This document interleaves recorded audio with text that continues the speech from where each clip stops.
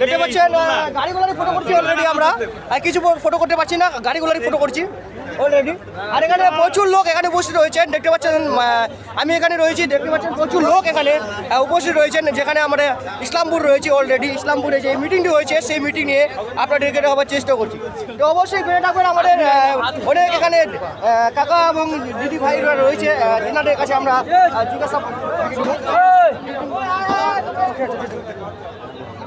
জিজ্ঞাসা মানে বক্তব্য নিব, তাই আপনারা বেড়ে থাকবেন।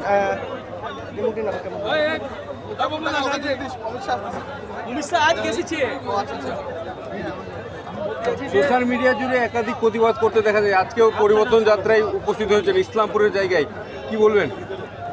দেখুন, আমাদের রাজ্যের মুখ্যমন্ত্রী যেইভাবে মানে ভয় দেখানোর চেষ্টা করে সংখ্যালঘুদেরকে, মানে পরিষ্কার ভাষায় যে বাংলায় নাকি বিজেপি বা ক্ষমতায় আসলে পরিবর্তন হলে পরে সংখ্যালঘুদেরকে নাকি তাড়িয়ে দেবে। আমি নিজে হতবাক, এখানে যেইভাবে সংখ্যালঘুরা পরিবর্তন চাইছে, তারা যে বলছে তারা দিদিকে চায় না, তারা বাংলায় পরিবর্তন চায়, তাদের যে লড়াই তাকে আমি সাধুবাদ জানাই।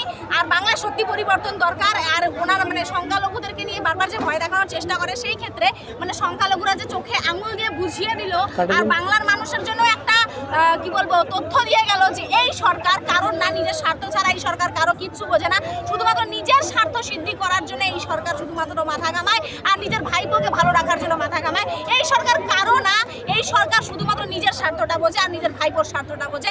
এটা ইসলামপুরে আসলে যদি মাননীয়ার বুঝতে কোথাও কোনো সমস্যা হয় যে সংখ্যালঘুরা এখনো ওনার সমর্থনে রয়েছে, ওনার যত কেলেঙ্কারি রয়েছে সব কিছুকে সমর্থন করে যাচ্ছে, যে বিভ্রান্তি মানে উনি ছড়ানোর চেষ্টা করছে সেটা দেখে বা শুনে সংখ্যালঘুরা ভয় পাচ্ছে। সোশ্যাল মিডিয়ায় একের পর এক প্রতিবাদ করতে দেখা যায়, যা মিলিয়ন মিলিয়ন ভিউ হয়। এবার কি রাজনৈতিক ময়দানে দেখা যাবে প্রার্থী হিসেবে?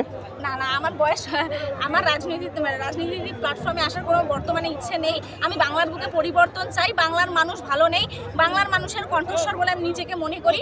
আর আমার প্রার্থী হওয়ার মানে এই সংশয়টা অনেকের মধ্যে রয়েছে। তো আজকে আমি বলে দিচ্ছি, আমার বয়সও হয়নি, আর তার চাইতে বড় কথা আমার রাজনীতি প্ল্যাটফর্মে আসার এই মুহূর্তে কোনো ইচ্ছেই নেই। মূলত কি কারণে দেখতে পাচ্ছেন আর অনেক কিছু আমরা মানে বক্তব্য শোনাবো, মাননীয় অনেক মানে এখানে লোক রয়েছেন, কিনার কাছ থেকে আমরা বক্তব্য শোনাবার চেষ্টা করবো। ভিডিওটা আমরা নিউজের মাধ্যমে অনেক মানে এখানে লোক রয়েছেন মাননীয়, দেখতে পাচ্ছেন এখানে বড় বড় রয়েছে, মানে সেই মিটিংয়ে যে এখানে ইসলামপুরে একটা বৈঠক করানো হয়েছে, সেই উদ্দেশ্যে কী বলবেন? ইসলামপুরে পরিবর্তন যাত্রার রথ উদ্বোধন হবে এবং ইসলামপুর এলাকার জনগণের ওপর যেভাবে তৃণমূলের অত্যাচার হয়েছে, বিশেষ করে এখানে হিন্দু সম্প্রদায়ের ওপর যে অত্যাচার হয়, তো এই অত্যাচার থেকে মুক্ত করতে এখান থেকে পরিবর্তন যাত্রা শুরু। এবং এই ঈশ্বরপুর অর্থাৎ ইসলামপুরে বিধায়ক আগামী দিনে নির্বাচিত হবে এবং পশ্চিমবঙ্গে পরিবর্তন সূচিত হবে এবং এই ঈশ্বরপুর আগামী দিনে এই ইসলামপুর আগামী দিনে ঈশ্বরপুরের নামের রূপান্তর, মানে নামে পরিবর্তন হবে। পরিবর্তন মানে কি এটা বলে অনেকজন বলছেন যে এটা বলে নাকি ডবল ইঞ্জিন মানে পিছিয়ে যাচ্ছে। ভারতের অন্য স্টেটে যেভাবে ডেভেলপ হচ্ছে তুলনামূলক পশ্চিমবঙ্গে কোনো ডেভেলপ নাই। এখানে সিন্ডিকেট হচ্ছে আর তৃণমূল তো তৃণমূলে নেই, একটা সম্পূর্ণ দুষ্কৃতীদের আন্ডারে একটা রাজনৈতিক দল হয়ে গেছে। তৃণমূলকে সামলানোর মতন ক্ষমতা এই রাজ্যের মুখ্যমন্ত্রীও নেই, কেন দুষ্কৃতীরাই একটা দলে ঢুকে গেছে, তার ফলে এখানকার মানুষরা বিভিন্ন সুযোগ সুবিধা থেকে বঞ্চিত হচ্ছে। যে ঠিক আছে, আর অনেক কিছু দেখাবো মানে নিউজের মাধ্যমে, অনেকজন আমাদেরকে বক্তব্য দিচ্ছেন। আপনি মন্ডলের জেলা সেক্রেটারি, তো বলছিলাম যে ডবল ইঞ্জিন সরকারে যে পাল্টানো দরকার চাই বিজেপি সরকার, এই যে ইসলামপুরে একটা মানে জনসংখ্যা করা মানে মিটিং করানো হয়েছে, তো আপনি সেই উদ্দেশ্যে কি বলবেন? পাল্টানো তো দরকার আছে, মানুষ সব জানে, এটা আমরা আনন্দের জন্য মানুষকে দিচ্ছি যে আমরা চলে আসছি, তার আগেই একটা আমরা সভা করে নিলাম, সবাইকে জানাই দিলাম যে আমরা চলে আসছি। কারণ এবার তো পরিবর্তন মানুষ ঠিক করে রাখছে, সভা হোক আর না হোক, আমরা এটা মানুষকে বোঝালাম সবাই আমরা এক আছি, এইটুকু। আপনার নাম? সুরজ যাদব, বাড়ি এইখানেই 2 নম্বর মন্ডলের জেনারেল সেক্রেটারি।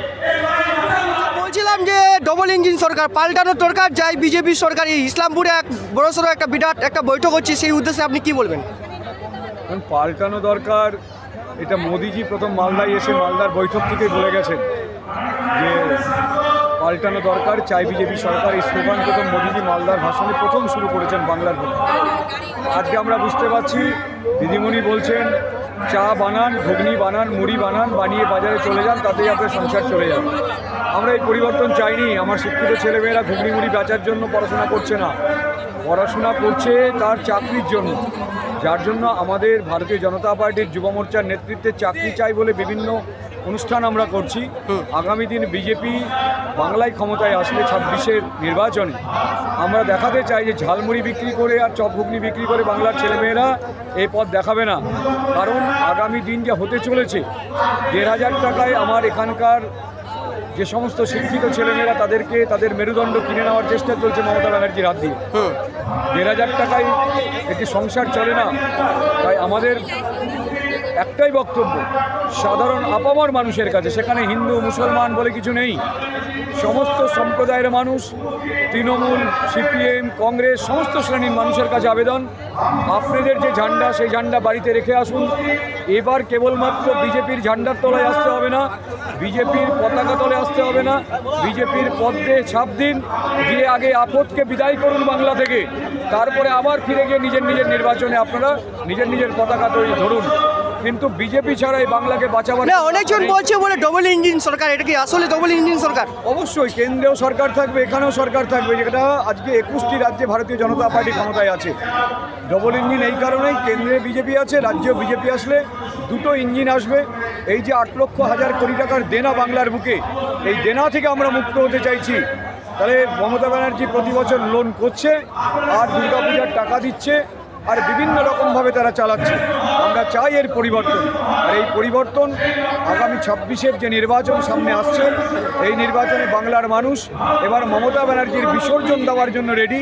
আমরা অপেক্ষায় আছি নদীর ঘাটে নিয়ে গিয়ে মমতা ব্যানার্জিকে বিসর্জন দিয়ে নূতন সরকারে নিয়ে এসে নূতন সরকার প্রতিষ্ঠা করে এই বাংলাকে আমরা মোদিজির হাতে তুলে দিয়ে বলবো, এই বাংলা মায়ের যে দুঃখ দুর্দশা, সেখান থেকে বাংলাকে আবার পুনঃপ্রতিষ্ঠার লক্ষ্যে আমাদের আজকের এই রথযাত্রা শুরু হচ্ছে, পরিবর্তন রথযাত্রা।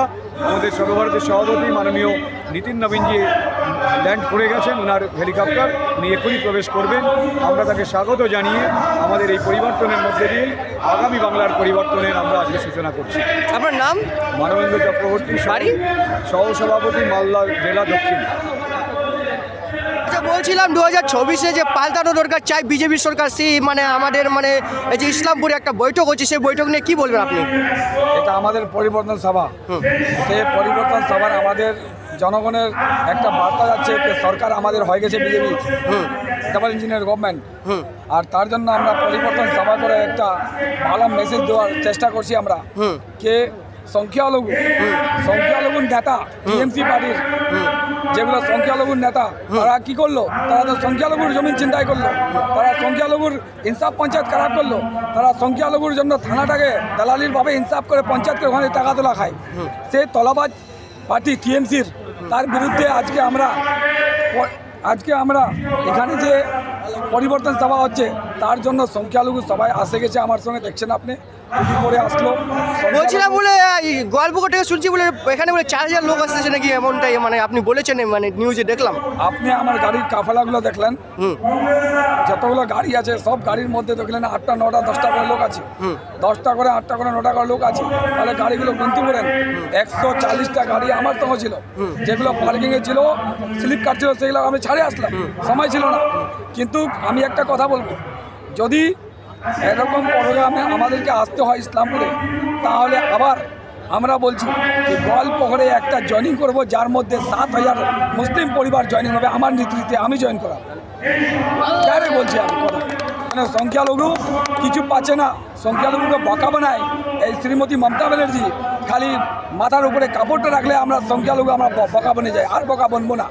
আমরা বুঝে গেছি যে মাথাতে কাপড় রাখে সংখ্যালঘুকে খাই গেছে নি, তার জন্য সংখ্যালঘু খেপে আছে। এবারে সংখ্যালঘু ভোট দেওয়ার জন্য অপেক্ষা আছে। মোদিজির সরকার হবে এখানে, ডাবল ইঞ্জিনের, সংখ্যালঘুকে এখানে ফ্যাক্টরি।